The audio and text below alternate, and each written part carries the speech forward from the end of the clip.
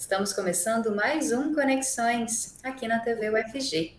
Você nos assiste pelo canal 15.1 do Sinal Aberto, pelo 21 da NET Goiânia, pelo site da TV ou pelo nosso aplicativo, que você baixa gratuitamente em celulares com modelo Android. Outra forma de nos acompanhar é pelo YouTube. Só procurar pelo nosso canal TV UFG. Bom, e você está nos assistindo ainda no modelo remoto, então você vê cada um dos participantes desse programa em uma janela diferente, em cima de um fundo azul com a logo do Conexões. Eu sou a Camila Maia e apresento esse programa. Me descrevo como uma mulher de pele clara, com cabelos escuros e longos, olhos também escuros. Hoje visto uma roupa preta com bolinhas brancas e estou sentada na redação da TV UFG. E para garantir acessibilidade para o nosso público surdo, a gente conta com a interpretação para Libras. E ela será feita neste bloco pelo Weber Flávio, ele que é integrante do Labitave. O Weber se descreve como um homem de pele branca, com poucos cabelos, barba e óculos. Olá, Weber, muito obrigada pela sua presença. Seja bem-vindo, que na verdade seja bem-vindo novamente, né, aqui no Conexões. Vamos contar com você. Bom, agora que a gente já falou um pouco, já fez as nossas apresentações para o nosso público cego de baixa visão, também falamos sobre a interpretação para Libras, eu passo para o nosso tema principal do programa de hoje, que é a doação de órgãos. Segundo o Ministério da Saúde, quase 66 mil pessoas no Brasil aguardavam na fila para receber um órgão no mês de agosto de 2023. A maior parte dessas pessoas esperava por um transplante de rim. O país tem uma das maiores filas de doação de órgão e de transplante do mundo, mas também criou e mantém o maior sistema público de transplantes. Mas para falar um pouco sobre como funciona essa lista, também para contar a realidade de uma pessoa que passou por um transplante, a gente recebe agora as nossas duas convidadas. A primeira delas é a Catiúcia Freitas, gerente de transplantes da Secretaria Estadual de Saúde. Olá, Catiúcia, muito obrigada pela sua presença. Seja bem-vinda aqui ao Conexões. Olá, muito obrigada. Agradeço a oportunidade da participação. Catiúcia, te peço para fazer a sua descrição física para o nosso público cego de baixa visão. Eu sou uma mulher de pele clara, cabelos longos, estou com uma blusa laranja e um blazer preto. Muito obrigada. Bom, e a gente recebe também a Lucélia Aparecida Marques, que é aposentada e que passou por um transplante de rim recentemente e vai nos contar a história dela. Lucélia, muito obrigada também pela sua presença, seja bem-vinda.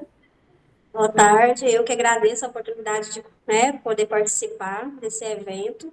E eu sou uma mulher de não tão alta, mediana, cabelo até o ombro, pele morena, estou usando uma blusa preta também com laranja.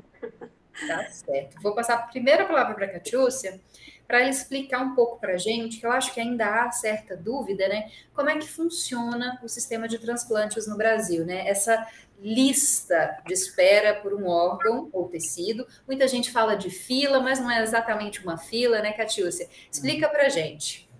Exatamente. O termo fila não é correto, é um cadastro onde nós temos uma lista de espera.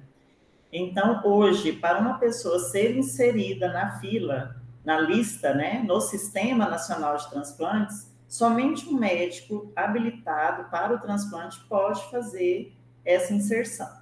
Então, a partir do momento que a pessoa é inserida no sistema, o médico vai colocar as características dessa pessoa. Ela é uma pessoa que precisa de um rim, que tem o tipo sanguíneo A, O, B, ele vai colocar o tipo sanguíneo, ele vai colocar peso e altura e quais são os requisitos até do próprio doador. Pode colocar uma faixa etária de idade do doador, né? Eu recebo órgãos de paciente até 65 anos, ele vai colocar também o peso estimado do doador que ele gostaria. Então, esse sistema, ele cruza os dados. Quando nós temos um doador, as centrais estaduais de transplantes vão inserir esses dados no sistema e o sistema vai fazer esse cruzamento de dados. Por isso, uma pessoa que às vezes está em primeiro, né? Não adianta a pessoa ligar para saber qual a colocação dela numa lista de espera de rim. Ela pode estar em primeiro, mas a compatibilidade dela é que realmente vai selecioná-la para a lista. Só vai contar realmente essa questão do tempo ali de lista para desempate, certo? Apenas a lista de espera para córneas segue uma sequência. É a sequência realmente de entrada na lista. Mas para órgãos, não. É por compatibilidade, critérios de gravidade, tipagem sanguínea, peso e altura. Daqui a pouco a gente vai esmiuçando um pouquinho cada uma dessas coisas que a Catiúcia falou. Mas antes disso, Lucélia, você recentemente, né, recebeu um rim, fez um transplante. Conta um pouquinho pra gente como você chegou, né, à lista de transplantes, como é que foi o seu transplante. Inicialmente isso, né? O que levou você a necessitar desse órgão e como é que foi o processo para receber? Na verdade, a necessidade veio devido ao tratamento de lúpus, né? Como muita gente sabe que é uma doença autoimune, e ela vai atacar alguns órgãos, né? Vários órgãos. E aí teve esse caso da insuficiência renal, devido a esse tratamento, então fiz a hemodiálise e tudo, e veio a ficar na fila para receber na fila de transplante, a gente fala fila de transplante, né? E fiquei na fila e graças a Deus fui premiada, vamos dizer assim, né? Que é um prêmio, né? Então, premiada com essa doação que veio para mim, onde a gente fala da importância, né? Da doação, é você doar e dar a chance de uma pessoa ter mais vida, né? E o seu transplante foi realizado em 2020, é isso? 2022, né? O ano passado, 2022. Super. Março de 2022, mais especificamente. Bom, daqui a pouco a gente fala um pouquinho mais sobre as questões envolvendo, né, a sua doença, também o transplante. Mas, Catiúcia, queria falar com você para a gente explicar um pouquinho mais disso que você colocou na primeira questão. Existem diferentes pessoas, diferentes genéticas, tipos sanguíneos, estados, né, de saúde. Então, é isso que vai determinar, por exemplo, se há uma pessoa na fila para receber um coração, um rim, vão ser analisadas todas essas compatibilidades quando houver um órgão disponível, e aí essa pessoa vai receber esse órgão. É mais ou menos isso? Exatamente. Goiás realiza transplante de fígado, rins, córneas. Quando nós temos um doador de órgãos, nós inserimos esse doador no sistema e, primeiramente, nós vamos selecionar os receptores do estado, que estão cadastrados no estado. A pessoa só pode estar cadastrada em um estado, mas é tudo dentro do mesmo sistema. Então, caso não tenha um receptor compatível que o sistema gerou, não tem um receptor compatível, nós vamos fazer a distribuição para outros estados. Então, é o que a gente chama de oferta nacional. É quando a gente insere os dados, manda os dados para a Central Nacional de Transplantes, para que ela possa buscar o receptor. E aí, nesse caso, também envolve a logística, né? Cada órgão tem um tempo para depois da retirada. Então, por exemplo, um coração geralmente só vai ser captado aqui em Goiás por São Paulo ou Distrito Federal. Por quê? Porque o coração ele tem uma viabilidade de 4 horas após a retirada do corpo. Então, somente esses 2 estados conseguem levar o coração em tempo hábil para um transplante. Mas um fígado, um rim, por exemplo, pode ir para qualquer parte do Brasil se tiver um voo. O fígado, por exemplo, essa semana nós tivemos um caso que foi para o Acre, através da Força Aérea Brasileira. Temos casos que o rim vai ser transportado de voo comercial, porque até 36 horas depois o rim também ainda tem a viabilidade para o transplante. Catiúcia, na hora que você falou os órgãos que aqui Goiás, né, recebe e realiza o transplante, acho que passou uma moto, fez um barulho, a gente não conseguiu escutar o último. Você pode repetir para a gente? Goiás realiza transplante de fígado, de rins, de córnea e de medula óssea, e agora vai começar também pâncreas e pâncreas rins, porque o HGG também está habilitado para essas modalidades de transplantes. Então, primeiramente, os pacientes são selecionados dentro do estado para posteriormente para outros estados. Oi, Lucélia, como é que foi para você? Você ficou muito tempo nessa lista? Como é que é a expectativa, claro, né, pelo transplante? Como é que foi o processo de se preparar para a cirurgia? Conta um pouquinho para a gente, para às vezes quem está em casa que não tem ideia, né, do que é estar nessa lista, o que é receber um órgão, né, passar por um transplante. Eu esperei mais ou menos, acho que uns 2 anos ou quase 2 anos de espera, né? A gente tem aquela ansiedade normal, né? Devido à questão de fazer hemodiálise, então você fica louca para sair daquela situação, que aí, né? Que te prende bastante, 3 vezes na semana, 3 horas, 4 horas numa máquina, querendo ou não, te prende, né? Vai fazer uma viagem, essas coisas é muito complicada, você não pode trabalhar e várias outras coisas, né? E assim, a expectativa ela é sempre muito grande. E a preparação é você, eu acho assim que durante a hemodiálise em si, você já tem que começar a se preparar. Se você já optou por querer fazer o transplante, já se preparar em questão da sua alimentação, já se adequar, porque quando vier o órgão, você já está assim, habituado a ter uma vida saudável, né? Para manter. E a expectativa é sempre grande demais. O pós também é uma coisa que é normal de uma cirurgia, né? Que tem que ter todo o repouso.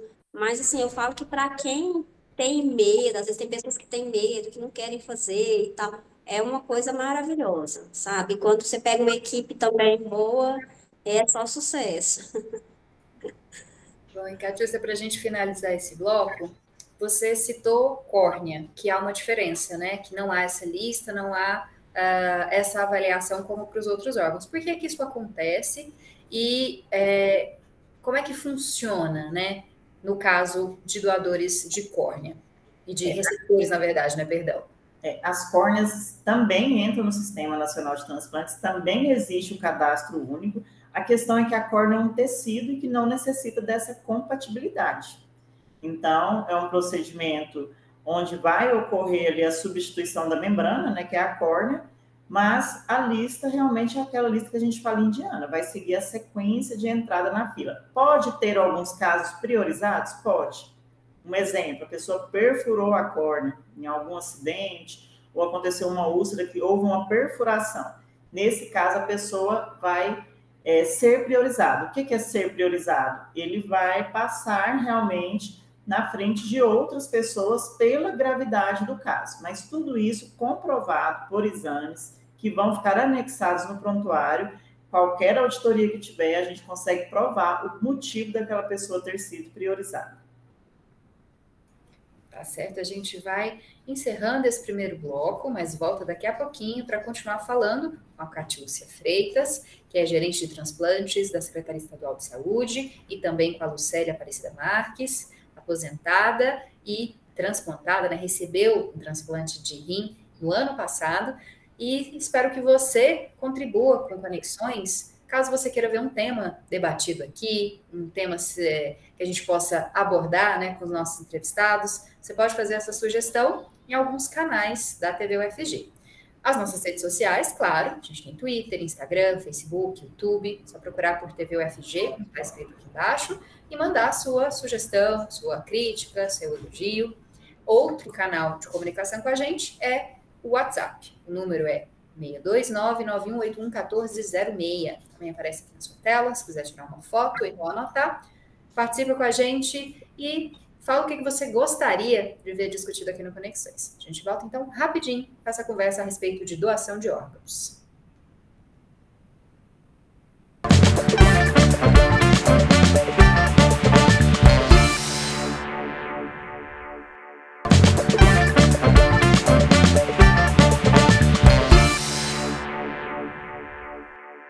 Estamos de volta com Conexões de hoje, que trata da doação de órgãos. Quem faz a interpretação para Libras nesse bloco é o Diogo Marques. O Diogo se descreve como um homem de pele parda, com cabelos e olhos castanhos escuros, e que nesse momento usa um bigode também. Obrigada, Diogo, pela sua presença. Muito bom poder contar com você aqui no Conexões. Bom, e as nossas entrevistadas de hoje são a Catiúcia Freitas, gerente de transplantes da Secretaria Estadual de Saúde, e também a Lucélia Aparecida Marques, que é aposentada e que passou por um transplante de rim no ano passado. Catiúcia, a gente fala de transplante e doação de órgãos e tecidos. Como é que funciona essa doação de tecidos, o transplante de tecidos? Se fala muito pouco disso, né? Eu, pelo menos, quase não conheço muito sobre essa doação. Conta para a gente um pouco sobre tanto a doação de tecidos quanto também o transplante de tecido, né? Em que caso que ele é aconselhado, que tipo de pessoa precisa, né, receber um transplante de tecido? Então, na verdade, existe uma diferença realmente, né, da doação de órgãos e doação de tecidos. A doação de órgãos só irá acontecer nos casos de morte encefálica.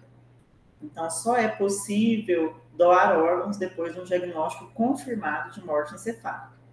A doação de tecidos, ela vai acontecer depois do coração parado, que é a maioria dos óbitos, né? Hoje, a maioria da população tem a morte por coração parado.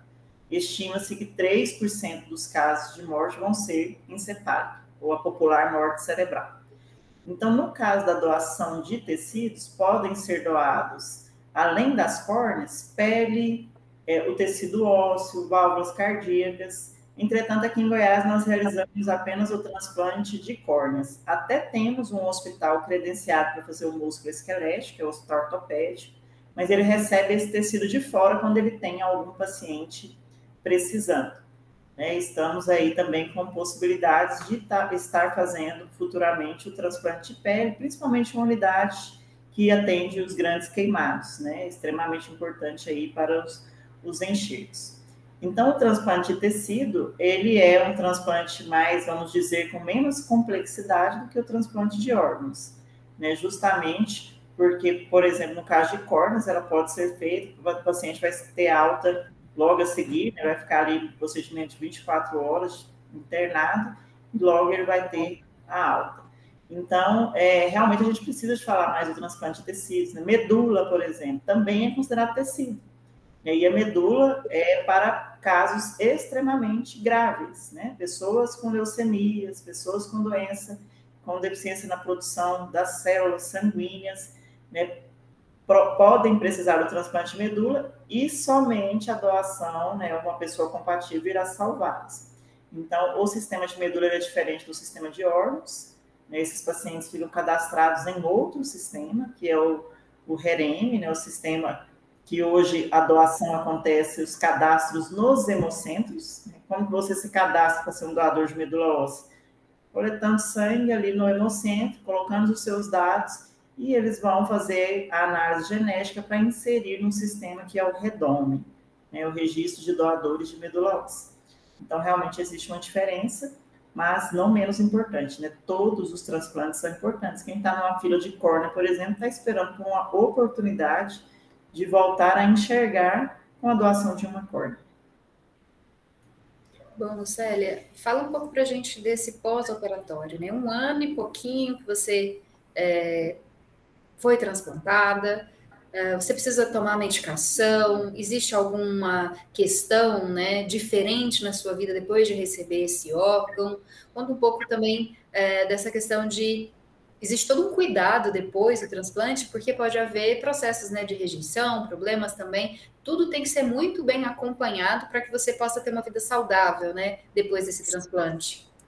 Sim, aquilo que você já até falou, ressaltou, né? Você tem que ter um cuidado, né? Um cuidado assim, não que a gente não tenha que ter, até pessoas que não têm problema renal, né? Mas um cuidado maior. Você vai tomar medicamentos, né? Medicamentos imunossupressores, né? Para que não possa não ter essa rejeição. E assim, e aí pode beber água, que é muito saudável, que a gente mais tem falta quando, né? Faz hemodiálise, e aí você vai, como diz, você vai ter tem que ter aquele carinho com o seu órgão que você recebeu, tem que ter aquela consciência, né? Porque não é fácil, a gente vê várias pessoas que estão aí aguardando, né, o seu momento de receber, e a luta que é, então, assim, é vida nova, né? Com os cuidados e todo o acompanhamento médico que precisa ter, né? Ir às consultas, os exames, Tá sempre informando o médico alguma alteração, alguma coisa diferente que acontece. Não tomar medicamento esporádico. Ah, eu senti isso, vou ali e tomo um remédio. Não, você tem que informar o seu médico. Ó, eu posso tomar esse medicamento? Qualquer eventualidade que aconteça, né, diferente, você tem que informar seu médico, porque você vai estar no processo de adaptação, né? Então, tudo que você fizer vai ser em prol para ter um resultado positivo. Aquilo que determina que está dentro do que você possa fazer, né? Você tem que fazer, para que tenha um sucesso pós-transplante. Você tem que tomar algum remédio para sempre, alguma medicação ou não? Sim, eu já tomava alguns medicamentos devido ao outro tratamento de lúpus, como eu falei, e pós também tem que tomar os medicamentos, né? Que é o que eu falei, os imunossupressores, né? Para que não tenha essa rejeição, para ajudar nessa questão. Eu creio que esses remédios, ele é contínuo, né? Mesmo porque é um órgão diferente daquele que foi, que é seu, como se diz, que está acostumado ali, né? Ele está ali adaptando e você toma medicamentos para que vamos falar assim, o popular, para que ajude ele a ficar ali quietinho, né? Então, esses medicamentos, sim, tem que tomar. Bom, Catiúcia, a gente sempre tem que destacar a importância desse sistema ser público, né? As pessoas entram na lista, as pessoas recebem esse órgão, né? O órgão que esteja precisando, tudo de forma gratuita. Não existe uma outra forma no Brasil de se obter uma doação ou de fazer, se obter um transplante ou de fazer uma doação de órgão. É bom destacar isso. É o Sistema Único de Saúde que garante que todo mundo possa receber um órgão caso necessário.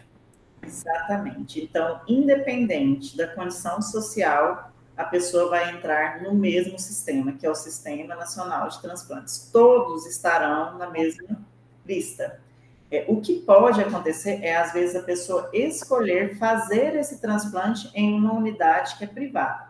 Ela não está pagando pelo órgão, ela não está pagando pela doação, até a escolha do receptor, do doador, do receptor, tudo foi feito pelo SUS.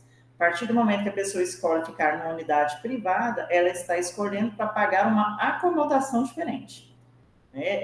Eu quero ficar num apartamento de um hospital como um hospital privado, o Albert Einstein, que a gente tem em Goiânia, então eu quero ficar dentro dessa unidade hospitalar. Então, é sempre importante a gente deixar claro, porque as pessoas têm esse mito de que as pessoas que têm mais dinheiro, elas passam na frente. Não, não tem como ela passar na frente. Está todo mundo inserido dentro do mesmo sistema, e hoje o sistema público de transplantes do Brasil, ele é o maior sistema público de transplantes do mundo. Todos têm a oportunidade de fazer pelo SUS, inclusive o transplante, né? Hoje, 85% dos transplantes aqui em Goiás são realizados pelo SUS, só não é feito realmente, às vezes, a pessoa que tem um convênio ou que quer mesmo escolher uma unidade privada devido à acomodação dessa unidade.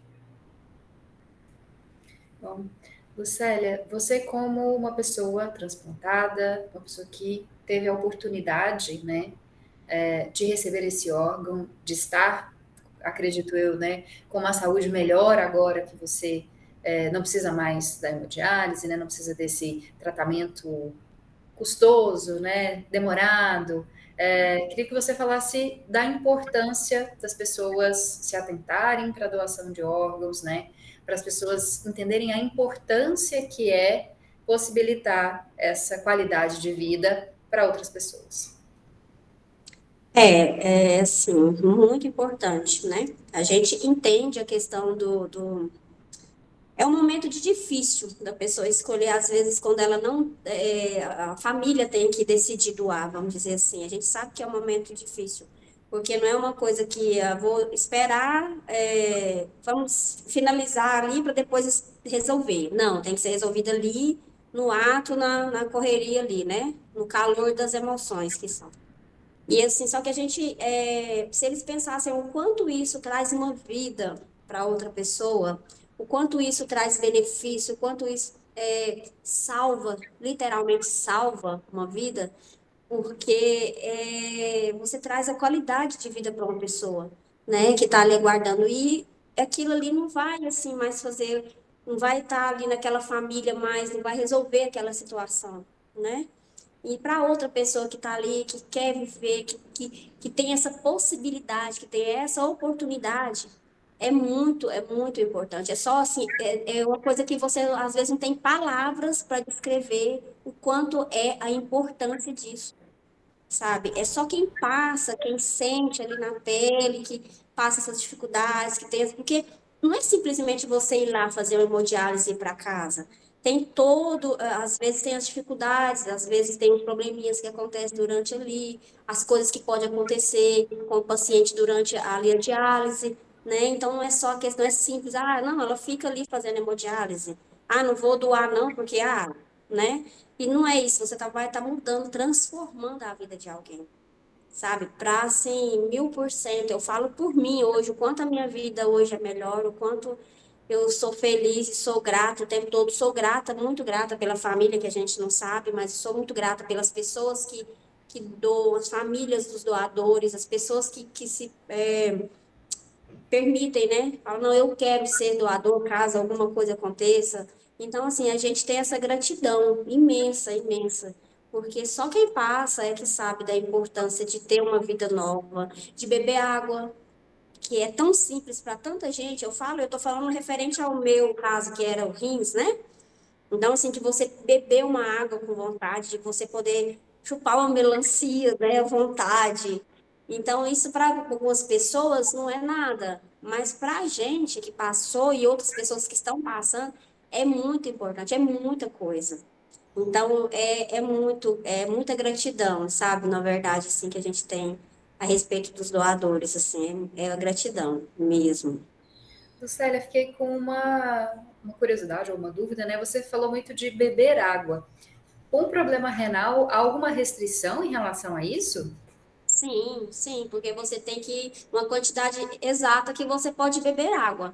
Porque você não tem aquele processo de ir ao banheiro, né? Então não sai água, não tem como sair essa água ser eliminada através da urina.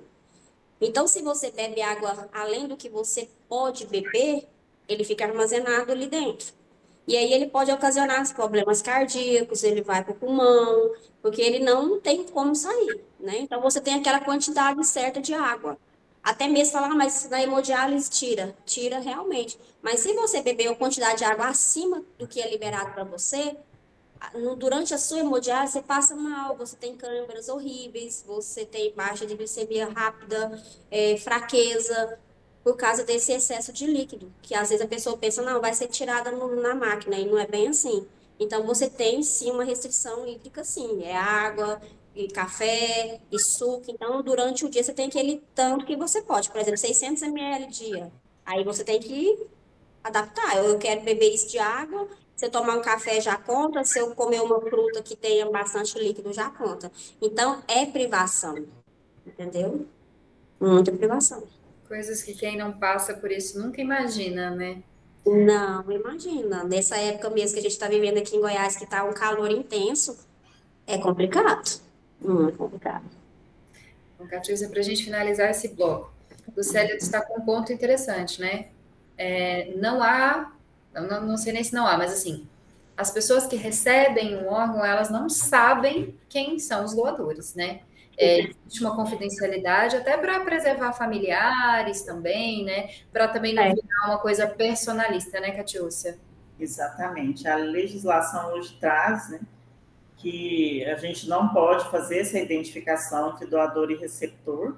Entretanto, a gente sabe que em alguns casos as famílias acabam encontrando, às vezes por uma notícia veiculada na imprensa, né, eles conseguem ligar um fato com o outro, mas realmente não é recomendado. O que a gente pode dizer é o que a Lucélia acabou de falar, é a gratidão que essas pessoas que receberam têm para com essas pessoas que doaram.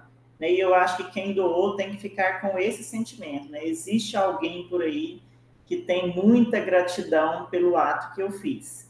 Não é fácil para ela, para uma pessoa que estava na fila, igual a Lucélia citou, né? A Lucélia fala de um caso de rim, onde ela passa por hemodiálise, passou por hemodiálise 3 vezes por semana, onde ela tinha uma limitação de ingestão de líquido, né? É a alegria desse. Você observa na primeira fala que ela fez ali sobre a água, o sorriso dela foi de um canto ao outro, né? Assim, do tanto que para ela tem valor, né, essa possibilidade de agora poder ingerir água. E até a questão da urina, né? Quantos pacientes fazem hemodiálise e vão comemorar ali porque fizeram xixi, que é algo que a gente faz na nossa rotina e não consegue. E quem está esperando por um rim está com essa dificuldade da hemodiálise. Tem gente esperando por um coração que está dentro de uma UTI, né, que não consegue mais andar, que uma criança que às vezes não consegue brincar e subir escada. Então, assim, pessoas que estavam bem ontem e que hoje, devido a uma medicação, entraram na fila da insuficiência hepática por fígado, né, por causa de alguma medicação ou algum problema que apareceu de repente. Então, o que a gente tem que pensar é, todos podemos estar desse outro lado, né? Não é fácil realmente para a família decidir a doação, porque ela tem que decidir num momento de extrema dor. Mas a gente precisa conversar mais sobre isso em casa. E a gente vai conversar sobre isso também no próximo bloco, a gente vai falar um pouquinho, né, sobre como orientar familiares, como deixar a sua vontade clara, né, para quando houver, né, a inevitável morte de todos nós, como é que a gente deixa familiares, amigos, parceiros já orientados para a doação. Daqui a pouquinho eu volto, então, para conversar um pouco mais com as nossas entrevistadas sobre doação de órgãos aqui no Brasil.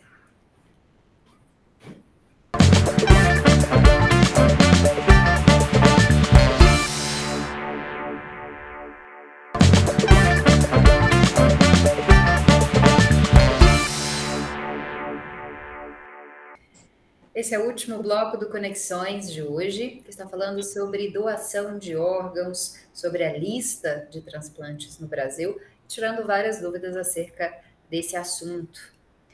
Lembrando para você que os temas que nós escolhemos podem vir de você que nos assiste. Faça sua sugestão pelos nossos canais de comunicação. A gente tem redes sociais, procura por TV UFG, no YouTube, no Instagram, no Facebook, no Twitter.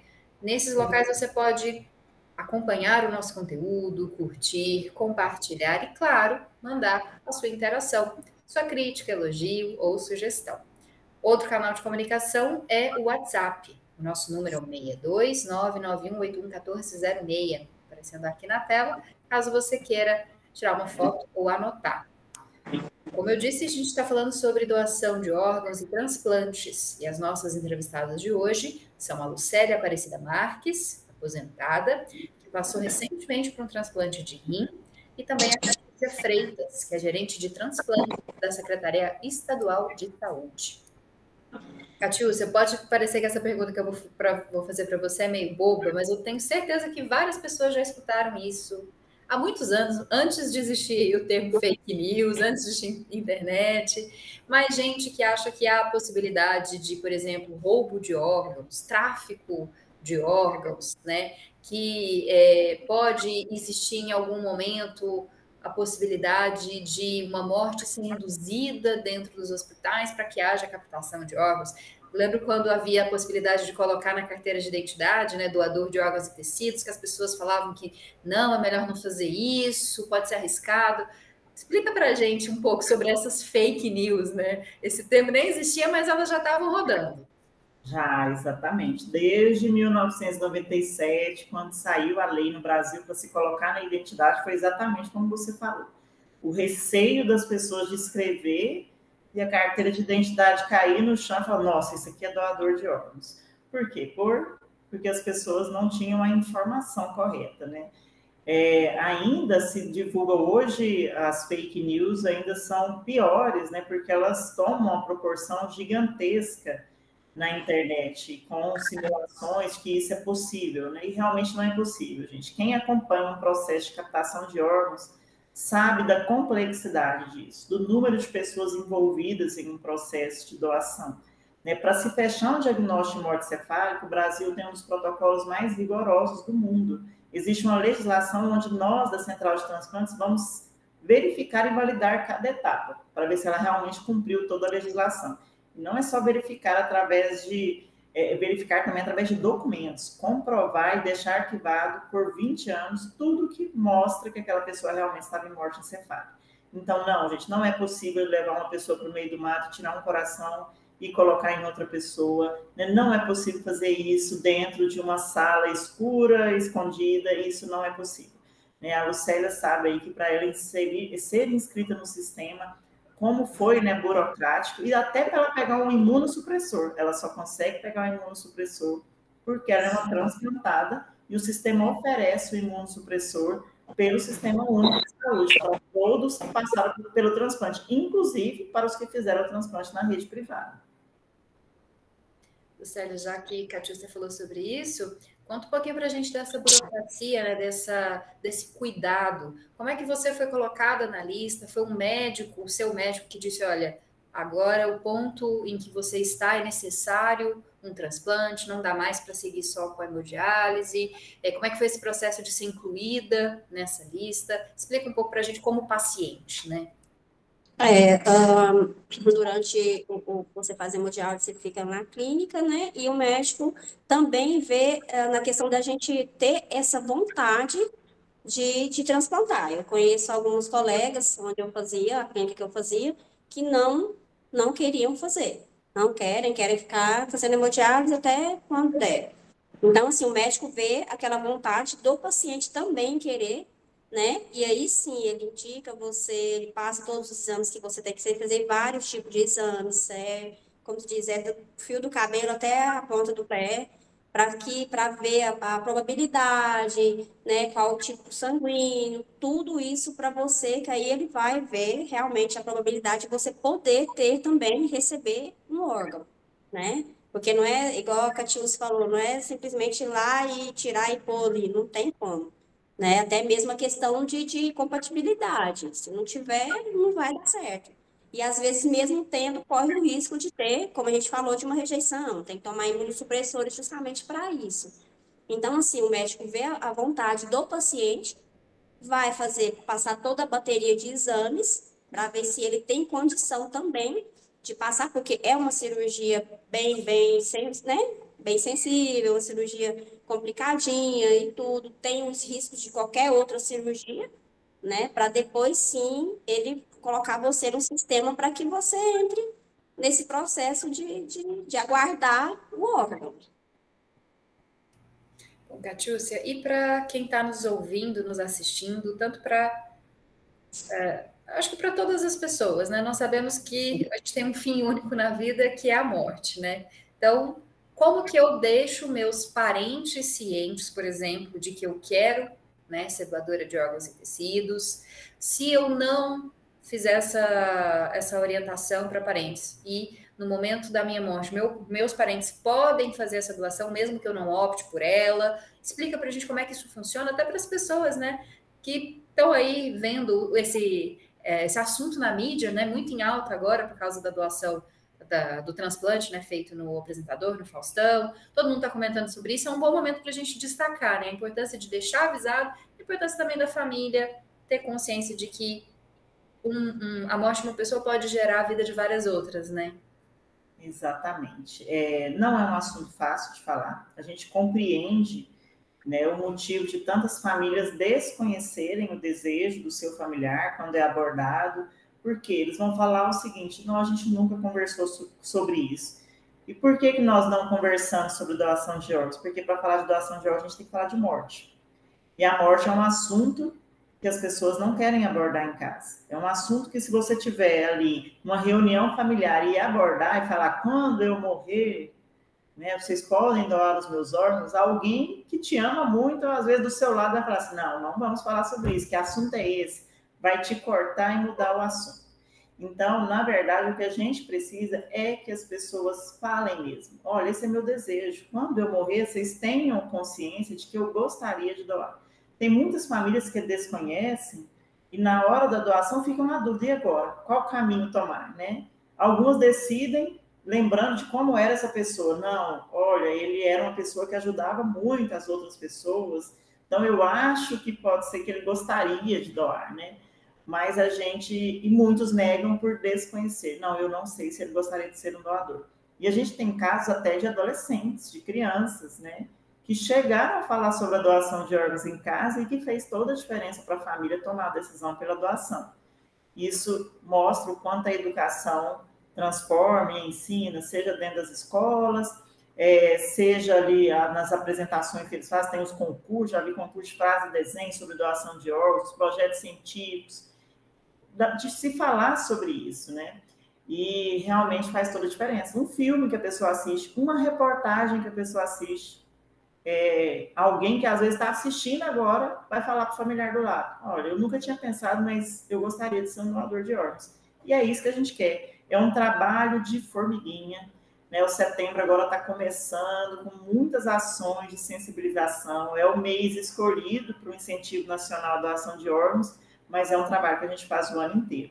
É um trabalho difícil, né? Porque não é fácil da gente abordar esse tema, mas que a gente não pode desistir, porque a gente quer vidas transformadas como a da Lucélia, né? E de tantos outros que hoje estão na fila aguardando por um transplante, na lista aguardando por um transplante. Que fique registrado aqui, espero que quem perdurar mais do que eu nessa vida saiba que gostaria muito de ser doadora, né? Já deixei familiares, pessoas mais próximas cientes disso, mas acho que, né, o mínimo que a gente pode fazer. E, Lucélia, a sua experiência, né, a sua história, você acha que pode ter mudado o conceito que as pessoas tinham, a forma como as pessoas viam doação de órgãos, seus parentes, seus amigos, as pessoas que convivem com você? Mudou alguma coisa saber da sua realidade? Ah, sim, eu até me emociono quando você falou isso, porque e te agradecer por ser doadora, já te agradeço pelas outras pessoas que estão aguardando, né? E muda muito, as pessoas amigos, né, todo mundo que acompanhou a minha luta, que acompanhou todo o trajeto e tudo. Então, assim, você vê que as pessoas já olham de maneira diferente, tipo assim, nossa, salvou a Lucélia, minha amiga, não sei o quê, né? Então, nossa, eu vi o quanto, porque as pessoas que acompanham a sua luta é diferente, né? Quem está próximo de você, eles sabem que realmente é uma importância, assim, estrondosa, né? Uma mudança de vida, até fisicamente, né? Porque quando fazia hemodiálise você estava tão mais fraquinha, não estava nem corada, agora está corada, está com a pele boa. Então, assim, em tudo as pessoas veem a transformação da gente. Então, muda, sim, muda. Tem um peso grande, sim, o fato de eu ter passado por isso e os outros amigos hoje, todo mundo, né? Eu falo, sim, até a camiseta que a gente usou na campanha, um sim salvou a minha vida.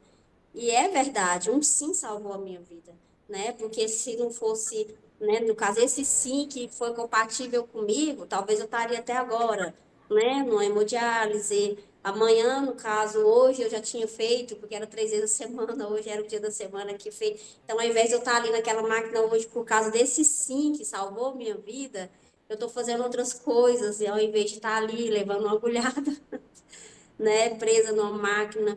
Então, assim, isso muda muito. As pessoas que estão à sua volta, igual você falou, parente, amigos, todo mundo que fala, nossa, realmente é importante. Por que não eu ser doadora, né? Então, igual a Catiúcia falou, é uma conversa que é podada, né? Ah, não, quando eu morrer eu quero doar. Não, não, não, não vamos falar disso não, pelo amor de Deus, né? Que seja lá longe. E, infelizmente, ou felizmente, por um lado, infelizmente, por outro, tem que ter essa conversa, né? Falando que a Catiúcia falou, é uma coisa de formiguinha mesmo, né? São campanhas que vai estimular essa questão do Faustão, querendo ou não, deu uma mexida nessa questão de doação de órgãos muito grande, porque é a nível nacional e quem sabe até internacionalmente falando.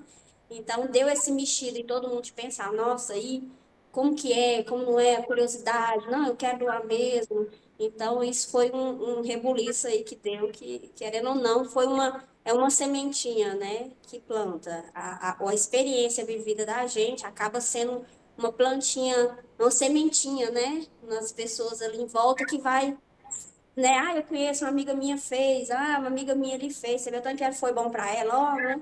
Então, é uma sementinha ali, plantadinha ali, para ver se ela dá os bons frutos do futuro aí, né?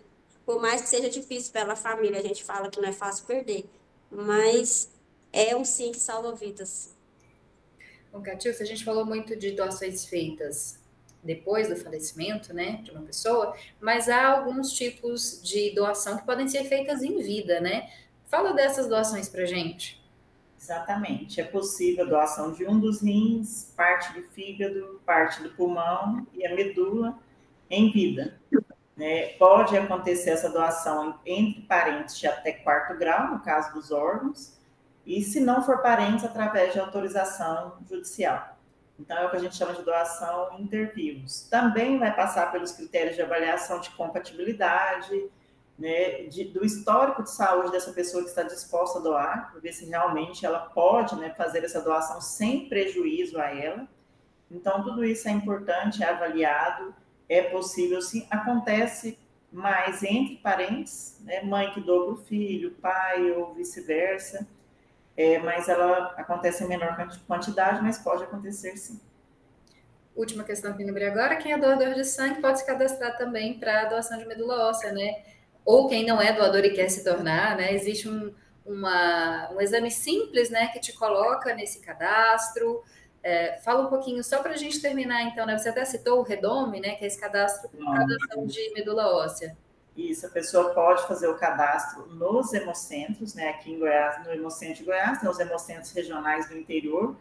Lá no Hemocentro é feito esse cadastro e vai ser enviado esses dados genéticos para o Redome. Hoje, o sistema permite o cadastro até os 35 anos para a doação de medula. Então, as pessoas nessa faixa etária podem fazer o cadastro. Lembrando, gente, muito importante, se você se cadastrou, tem que estar disposto a doar. Porque acontece de muitas vezes a pessoa se cadastrar, às vezes pela motivação de uma campanha, de alguém que conhece, não, alguém da minha igreja está precisando, eu vou me cadastrar, mas aí você pode ser compatível com alguém que você não conhece. Essa compatibilidade, ela é difícil de acontecer, de cerca de 1 a 100 mil pessoas, né? Então, se você realmente for compatível, ser chamado para as próximas etapas, seguir com o processo, né? Porque é uma loteria. Eu mesmo estou no cadastro medula e nunca fui chamada, né? Não fui compatível com ninguém. Então, se você é selecionado, eu falo que é uma loteria para quem pode ajudar e é uma loteria para quem vai receber. O nosso tempo está chegando ao fim, mas queria agradecer muito a participação de vocês. Muito obrigada, Catiúcia, por todas as suas orientações, explicações. Muito bom conhecer um pouco mais, né, sobre esse processo de doação de órgãos e de transplante também. Eu que agradeço, estamos à disposição. Muito obrigada também, Lucélia, por ter compartilhado a sua história com a gente. Eu espero aí que você tenha uma vida muito feliz e muito saudável, né, que a gente possa se encontrar em outros momentos também para falar sobre outras questões. Muito bom poder ver a sua felicidade de ter recebido esse órgão. Sim, vamos sim. Eu agradeço a oportunidade, né, porque eu até falei com a Catiúcia que eu me ponho à disposição, porque como eu fui agraciada, como eu fui abençoada, né, eu quero também agraciar e abençoar a vida de outras pessoas, falando e falando, porque é importante, da importância, da gratidão de tudo a respeito da doação de órgãos, não só o rim, mas de vários órgãos, né? Várias pessoas precisam de outros tipos de órgãos, mas que a doação, ela realmente ela muda, ela transforma, ela traz um sorrisão no rosto de quem recebe, e é, sim, muito bom. Certo. Agradeço a você também que nos assistiu. Peço para você continuar acompanhando a programação da TV UFG e nos assistir sempre às quintas-feiras, 4h30 da tarde, ou no domingo, às 7 horas da manhã. Até o próximo programa.